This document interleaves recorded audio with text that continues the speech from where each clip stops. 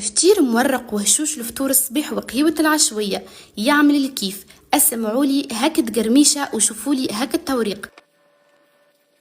سجلوا الروسيت وما تنسيوش تعملوا لي لايك ومتابعة. عملت 500 جرام فرينة، واحدة خميرة جاتو، رشة ملح وماء دافي. نعجن العجينة مليح حتى تتكون معايا عجينة طرية ومتماسكة.